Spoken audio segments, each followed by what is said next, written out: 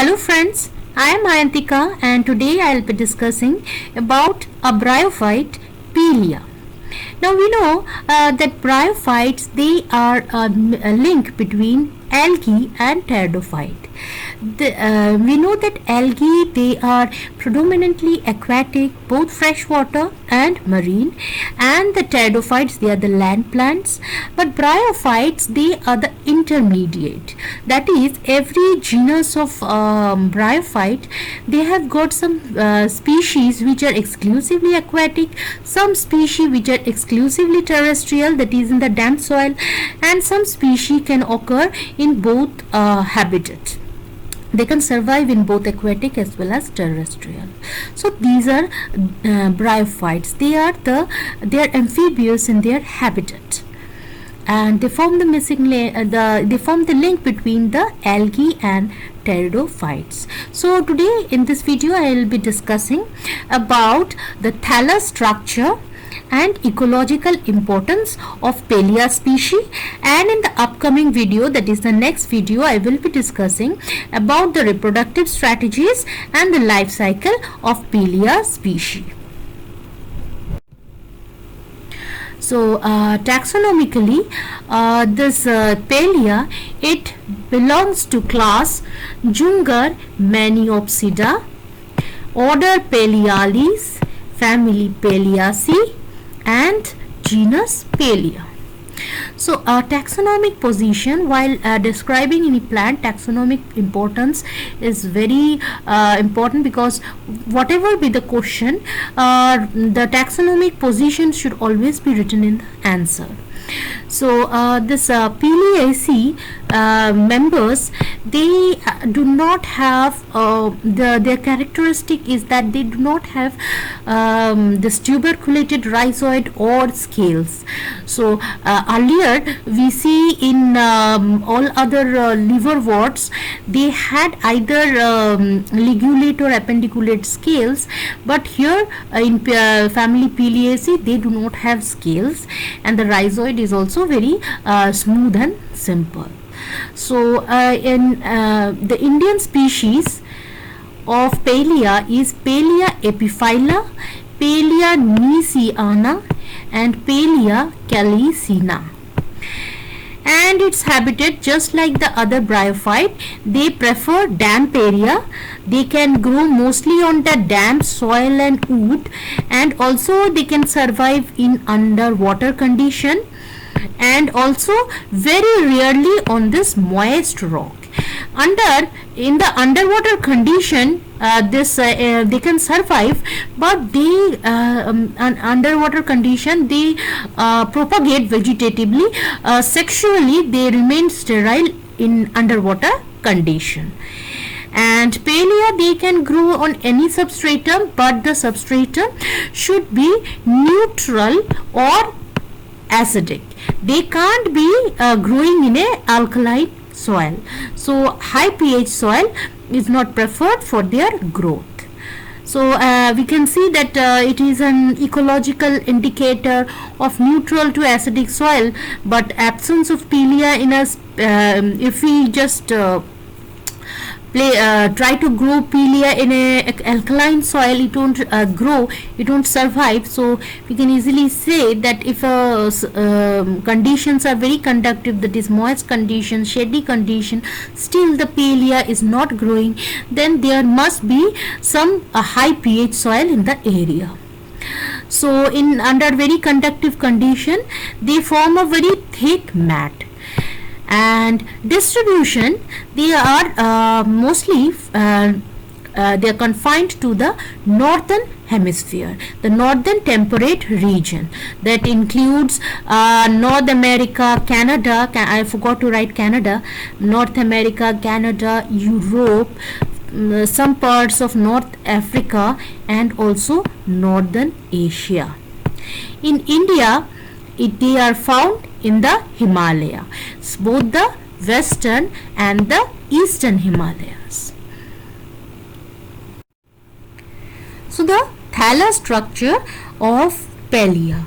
We know that all the bryophytes, they have alternation of generation, and the dominant phase is the gametophyte or the haploid phase, and the sporophyte, which is a diploid phase, is dependent upon the is nutritionally dependent upon the gametophyte. Here in this picture, this one, this structure, it is the gametophyte, and this structure, it is the sporophyte. So this sporophyte, this is diploid in nature, that is 2n, just like us. It is a 2n diploid structure, and gametophyte, it is a haploid structure, just like the sperm and ova. That is also haploid. So this gametophyte is the main dominant plant, and it appears as a structure that is growing prostrate to the ground, that which means that if this is the substratum, it will be growing very close and parallel to the substratum. So the Pellia gametophyte, it grows prostrate to the ground, and it is dorsi-ventrally flattened, that is, it is flattened along the dorsal ventral axis, and plant is a thallus, which means that there is no differentiation between the mass of the there is no differentiation of the mass of the tissue or organ into a tissue or organ like structure, which means that there is no root, leaf or stem like structure. And the thallus, it is dichotomously branched, which means that the thallus has got branching, and branching is like this type, dichotomy. And one thing I should be saying, that apart from bryophyte, algae and fungi are also thalloid organisms, that is, their body is also not differentiated into root, stem or leaf, so they are also thalloid. So this thallus of the gametophyte, it is dorsiventrally flattened, and we see that there is a dichotomous type of branching, and each of these branches, this one and this one, they are called the lobes, and the individual lobes, they have a 16 to 12 mm in broad. Their breadth is like this, 16 to 12 mm, and along the length, say length is 12 to 15 mm, that is 12 to 15 mm. So we see that this 12 to it is not that much of large size. So this Pellia is much smaller.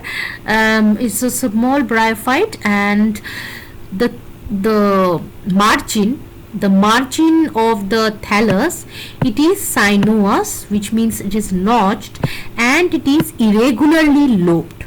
So it is notched when and the notch at the apex, here this notch at the apex, they contain the growing point, the meristematic tissue that are arranged in rows, and this meristematic tissue at the apical region of the notch, they at the notch in the apical region, they are protected from excessive heat and desiccation by certain mucilaginous hair that are also present on the lower or the ventral surface of the thallus. So this rows of meristematic tissue that is present at the apex, they are protected from desiccation by the mucilaginous hair. Now about the lobe of the thallus, each of the lobe of the thallus, they are usually green in color, but they can turn purplish green at the end of the growing season when it is turning very arid. And this on the upper surface, this midrib region, this thickened region, midrib region, is very prominent. And on the upper surface, we see only the things that are growing are the sex organs, that is the Antheridia archegonia and the sporophyte. This one here, this is the sporophyte, This is the immature sporophyte, and this one is also the sporophyte from which the spores has been released. So we see that this is the involucre or a protective region, and which contains inside it the entire capsule at immature stage. Gradually, as this sporogonium capsule, this one, the upper region, it attains maturity, then this region, seta, the middle part, they elongate and they move out of the involucre. Earlier, when in immature stage, this involucre, here we see this involucre, it contained the entire sporophyte. So the sporophyte, it has got a foot-like structure, then a very long intermediate seta-like structure. Actually, seta is not very long at the initial stage, but as this upper globular capsule attains maturity, the seta increases in length. And this is the structure, this is how the seta, the capsule looks when the spores has been liberated. So the entire circular capsule, it dehisces along 4 valve. Actually, if this is the capsule and we have the transverse section, then we see that there is line of furrow like this. So they have they dehisce along 4 region, and they open up and release the spores. So the upper surface we see that contain the sporophyte and the sex organs that we'll discuss in the next slide. And on the under surface, that is the ventral surface, they have got smooth rhizoids. Smooth rhizoids, they are like very thin walled rhizoids. Their main function is just to provide anchorage or support of the thallus, attachment of the thallus to the substratum and absorption of water. But under surface does not contain other structures, like for example the tuberculated rhizoid. The tuberculated rhizoid and the scales that are usually present in other bryophytes. For example, in Markensia, it has got 2 type of scales and 2 type of rhizoids, but in Pellia, the rhizoid is only 1 type and scales are totally absent. So the lower of the ventral surface, only one structure is present, that is the rhizoid, that is a smooth walled rhizoid, and the at the apical region, at the growing point thallus structure, again the upper surface, here in this picture we see that the upper surface along the groove, along the midrib region, we see the antheridia or the male gametangia. It is occurring as a scattered structure, and the male gametangia, it is deeply embedded in the tissue, just like in Rixia, which is also another thallophyte, which is another bryophyte. This type of antheridia that is embedded inside the tissue of the thallus, it is found. And this one is the involucre, which inside it contains a group of archegonia or the female gametangia. These are the structures that are found on the upper surface, and this is the species which is dioecious, that is both type of sex organ will be born in this type of Pellia, and it will look dioecious species, that will look like this. The upper surface of the dioecious species look like this, and these two are the monoecious species, that is they will contain only 1 type of sex organ in a plant.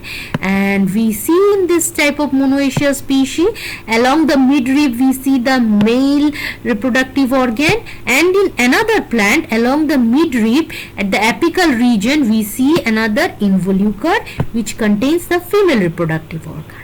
So these are the structures that are born on the upper surface, that is upper surface will contain the sex organs and the gametangia and the sporophyte, and there will be no polygonal area like structure in this Pellia In Markensia we have seen that they have got polygonal structures with a ear pod in it.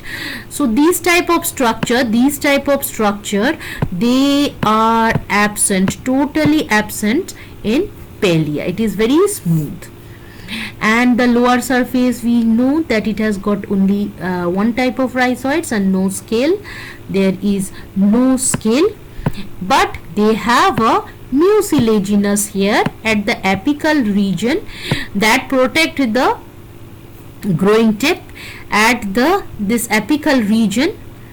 At say for example, this is the thallus.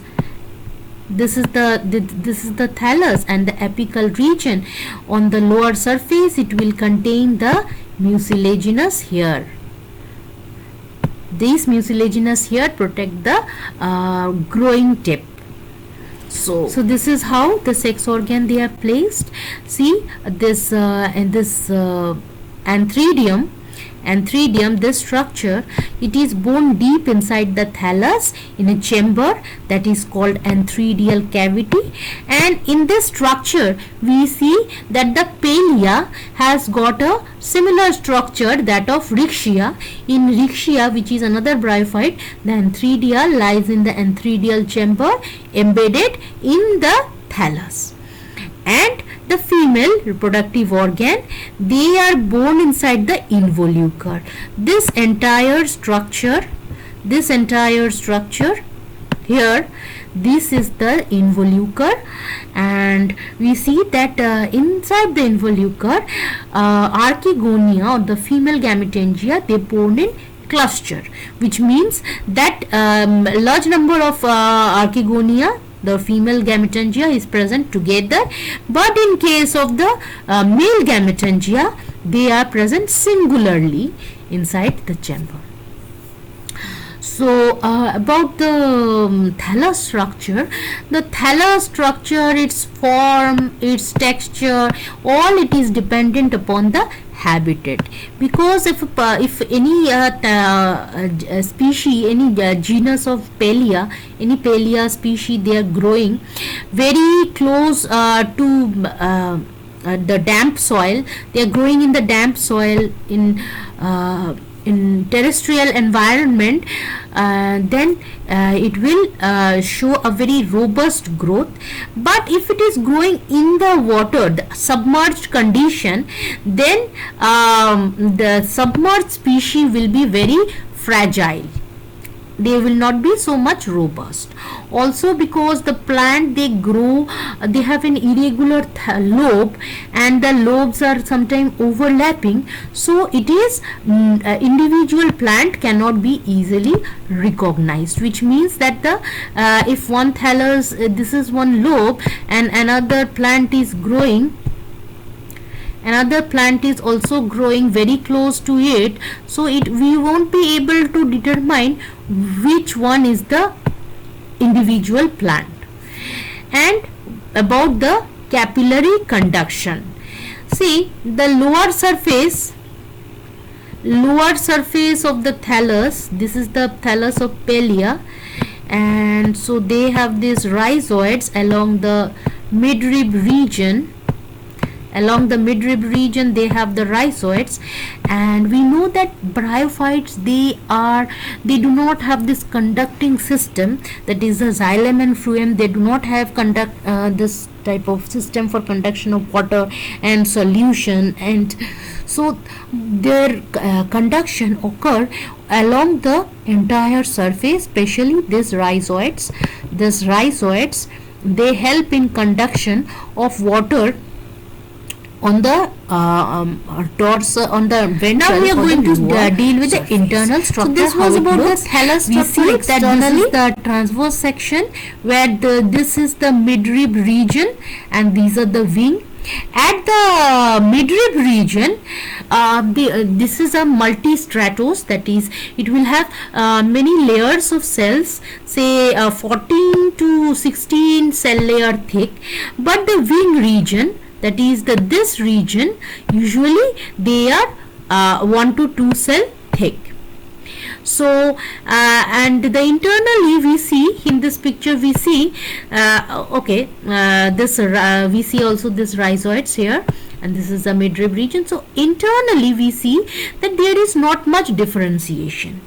Back in Rixia as well as Markensia, we see that there is upper photosynthetic region, lower storage region, but here in Pellia do not have this type of internal differentiation. We see that each of these cells, they are parenchymatous, and there is no air space between the cells. They are packed, and all of these cells, they are chlorophyllous except the rhizoidal cell. Here we see these are the rhizoidal cells, and they are colorless. Apart from rhizoid, the mucilaginous cells, they are also colorless. This is how the mucilaginous cell looks. Mucilaginous hair look. So mucilaginous hair is a multicellular structure, and this mucilaginous hair also, it is colorless. It does not contain chlorophyll.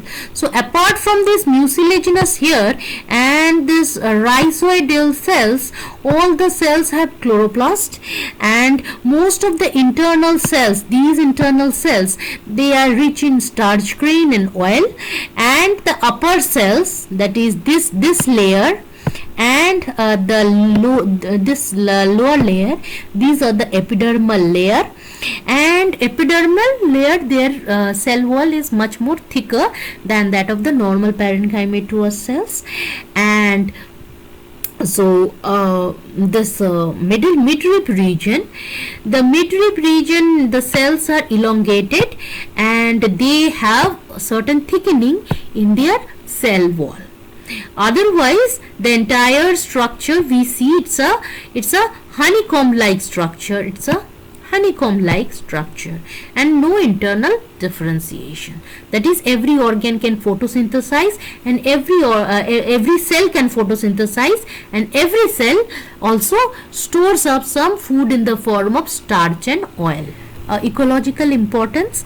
Pellia species, it is found to be growing well in neutral as well as acidic soil, but it is not preferring any alkaline soil. So if we grow if we plant Pellia and it's not surviving, then apart from absence of abundance of water, we can also conclude that this soil is also alkaline. So this is indicator of pH of the soil. Also certain species, that is Pellia endivifolia, the species of Pellia is used in aquaria. It's a aquaria decorative plant that has can also be used as a feed for fishes.